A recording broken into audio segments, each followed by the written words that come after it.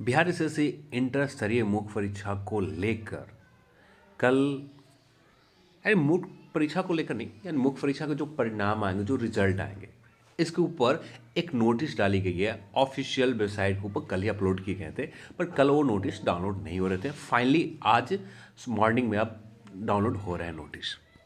तो इस नोटिस में है क्या एग्जैक्टली, ये हम लोग समझने की कोशिश करेंगे, और क्या क्या हो सकते हैं, संभावनाएं क्या हो सकती हैं। जैसे उस नोटिस में ऐसा कहा गया, तो उसके आधार पर हम लोग बात करेंगे कि संभावनाएं क्या हो सकते हैं। तो उन संभावनाओं के ऊपर भी हम लोग इस वीडियो में बात करने जा रहे हैं। तो चलिए इस वीडियो को शुरू करें। मैं हूं अविनाश कुमार। यदि आप हमारे चैनल पर नए हैं तो चैनल को सब्सक्राइब करें, इस वीडियो को लाइक करें और इस वीडियो को अपने दोस्तों के साथ शेयर ज़रूर करें।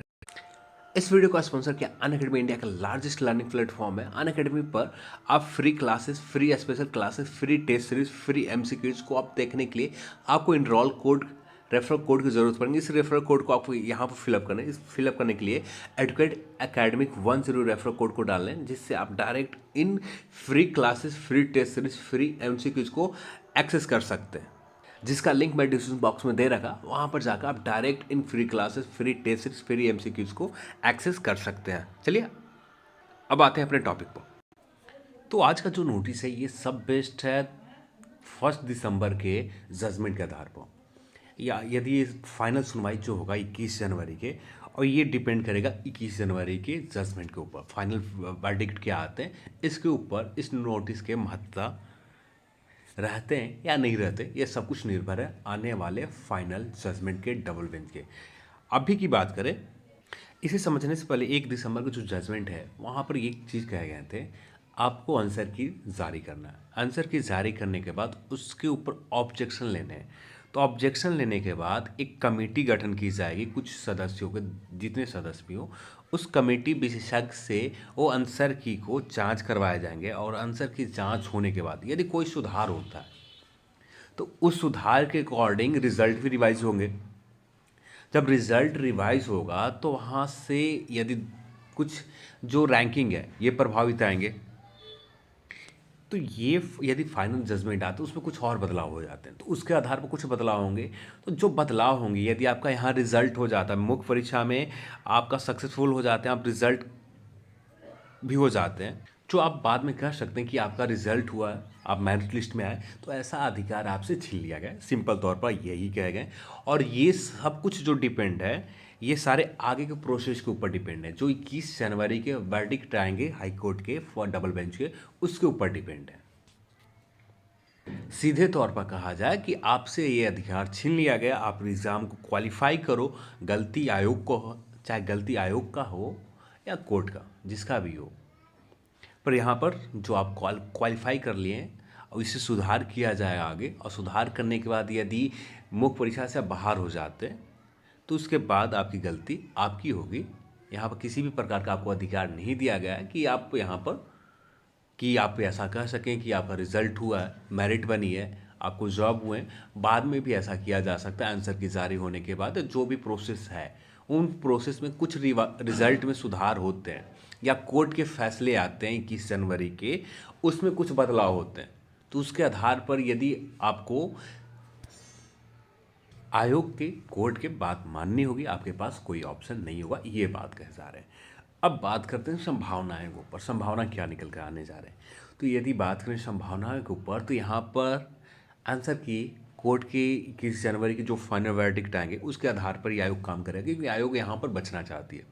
पूरी तरह से कहें ना आंसर की जारी करना चाहती है, क्योंकि यहाँ पर डबल बेंच में ये मामला जो है, डबल बेंच में, और डबल बेंच के वर्डिक्ट शायद आयोग के फेवर में आ जाए, तब आयोग यहाँ काम करने से बच जाएगी। तो यहाँ पर आयोग भी अपने बीच के रास्ता निकलना चाहती है, और कुछ आयोग के फेवर में नहीं आता है, और जिसके कारण से रिजल्ट में परिवर्तन होंगे, और जिससे बहुत सारे कुछ अभ्यर्थी ऐसे होंगे जो रिजल्ट यहाँ पर क्वालिफाई करने के बावजूद भी उनका रिजल्ट नहीं दिया जाएगा। तो ऐसे अभ्यर्थियों को लिए यहाँ पर किसी भी प्रकार का अधिकार नहीं है कि वो अपील भी कर सकते हैं। अब बात करते हैं यहाँ पर क्या हो सकते हैं। तो क्या हो सकता है, सिंपल तौर पर कहा जाए तो कुछ भी प्रिडिक्ट करना भी सही नहीं है, पर सिंपल समझा जाए तो कुछ ज़्यादा चेंजेस नहीं होंगे। कुछ ज़्यादा बदलाव होने की संभावना नहीं रहेंगे। यदि आंसर की के ऊपर बात करें तो आंसर की में उतना एरर नहीं थे। यदि आयोग कोर्ट यहाँ पर आदेश भी देती है कि आंसर की आपको जारी करना ही है और स्कोर कार्ड सबको बताना ही है और उस पर कमेटी गठन करनी है, डबल बेंच के भी जजमेंट सेम आते हैं, तो उसके बाद भी ये सारे जांच किए जाएंगे, आपके आंसर किए आएंगे। आंसर की में आप ऑब्जेक्शन करेंगे, प्रीलिम्स और मेंस दोनों के ऊपर अलग अलग से आंसर किए आएंगे और दोनों के ऊपर आपको ऑब्जेक्शन करेंगे और सब डिपेंड करता है उसी के ऊपर। यदि रिजल्ट में कुछ सुधार हो जाता तो उसके बाद आपको मुश्किल बढ़ सकते हैं। जो यहाँ पर प्रीलिम्स एग्जाम में रिजल्ट है आपका, शायद हो सकता है कि प्रीलिम्स एग्जाम से आप बाहर हो जाए रिजल्ट सुधार होने की वजह से। तो कुछ भी हो सकता है। यहाँ पर मेंस एग्जाम दे दिए तो इसका मतलब ये नहीं कि आपका फाइनल हो गया। और अभी हमें कुछ जज नहीं करना चाहिए क्या होंगे। मेरे हिसाब से जो लगता है कि जो भी फैसले आएंगे, अब भी कोर्ट के फैसले आयोग के पक्ष में आए और उस समय भी कुछ ऐसा ही होने जा रहा है। अब भी कुछ भी प्रिडिक्ट करके कहना कि ऐसा ही होगा, पर कुछ ऐसा ही हो सकते हैं कि आयोग के फेवर में आ जाए और आपका रिजल्ट जैसे है फाइनल मेरिट भी आपको बनकर मिल जाए, क्योंकि आयोग भी चाहती है कि इस वैकेंसीज को जल्दी पूरे कर और यदि देखें आयोग के कुछ कामों पर ध्यान दें, लगातार आयोग अपने आप को बदलने के लिए कुछ टेंडर निकाले गए हैं। ओएमआर सीट स्कैन करने के लिए टेंडर निकाले, बहुत सारे टेंडर निकाले गए जिससे आने वाले वैकेंसीज के ऊपर ज़्यादा ध्यान दिया जाए और इस वैकेंसी को पूरे करने के बाद ही आयोग नए वैकेंसीज के ऊपर अच्छे से ध्यान देंगे। तो यानी जैसे सीजीएल की वैकेंसीज के ऊपर देखें तो ये जो काम कर रही है आयोग अभी के, तो उसके देखकर लग रहा है कि सीजीएल वैकेंसीज भी बहुत जल्द आएंगे। एग्जैक्टली मैं समझने की कोशिश कर रहा हूँ और कुछ रूमर्स के या कुछ भी अपडेट मिलता है वैसे ही मैं सीजीएल के ऊपर भी बात करूँगा। पर अभी के लिए बात करें, सीजीएल के ऊपर कुछ कंफर्म अपडेट नहीं है। जो आपसे लोगों ने सुना है बस उतना ही आप सुनते रहिए, पर कंफर्म कहा जाए जैसे इलेक्शन से पहले की बात हो रही थी, इलेक्शन से पहले नहीं है, अब दिसंबर की बात हो रही है, दिसंबर के बाद अब जनवरी की बात हो रही है, तो ऐसा कुछ भी कंफर्म नहीं है कि जनवरी या दिसंबर, ये समय बढ़ते जाएंगे। पर जैसे ही कंफर्म कुछ अपडेट मिलता है वैसे ही मैं आप सभी को इन्फॉर्म करूंगा। तो चलिए आज की इस वीडियो में इतना है। इस वीडियो को देखने के लिए आप सभी को बहुत बहुत धन्यवाद। तो अनअकैडमी ने एक नए प्लान का स्टार्ट किया, अनअकैडमी फ्री प्लान। इसके तहत 1 दिसंबर का स्टार्ट हुए। इसके तहत आपको स्पेशल क्लासेस और बिहार स्टेट के सभी एग्जामों से संबंधित बिहार के फुल लेंथ टेस्ट सीरीज और लाइव क्विजेज T20 8 बजे जो रात को रोज़ाना चलते हैं, स्पेशल इवेंट्स, मेनी मोर जो आप फ्री एक्सेस कर देते हैं। उन फ्री एक्सेस करने के लिए आपको सेलेक्ट, जैसे आप देखते थे बीपीएससी सेलेक्ट करें, बीपीएससी सेलेक्ट करने के बाद आगे की ओर क्लिक करेंगे तो बीपीएससी आपको सिलेक्ट हो जाएंगे। इसके बाद यहाँ पर एक आपसे रेफरल कोड मांगे जाएंगे। अब यदि आप ये रेफरल कोड डालते हैं तब जाकर सभी फ्री क्लासेस को, फ्री टेस्ट सीरीज को, फ्री एमसीक्यूज को एक्सेस कर पाएंगे। तो इसके लिए आपको कोड जो होंगे एडुकेट एकेडमिक 10 कोड को, रेफरल कोड को आपको डालना है। एडुकेट एकेडमिक 10 रेफरल कोड को आप फिलअप करते हैं। इसके बाद आप अनलॉक के ऊपर क्लिक कर देते हैं जिससे आपका अनलॉक हो जाएगा। और इसके बाद free test series, free live classes, free MCQs की क्लासेस आप आसानी से अटेंड कर सकते हैं।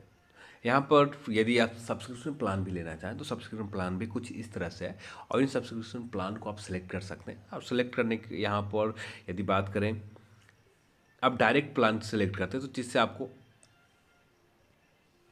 8,800 रुपये लगेंगे। यदि आप डायरेक्ट प्लान को नहीं सेलेक्ट करते हैं, मेरे रेफरल कोड को इनरोल करते हैं एडुकेट एकेडमी 10, जिसके तहत आपको 10% के डिस्काउंट मिल जाएंगे और पोस्टपेड पे पर करते हैं जो आपके लिए आसान होंगे। तो चलिए आज की इस वीडियो में इतना ही और इस वीडियो को देखने के लिए आप सभी को बहुत बहुत धन्यवाद। जय हिंद, जय भारत।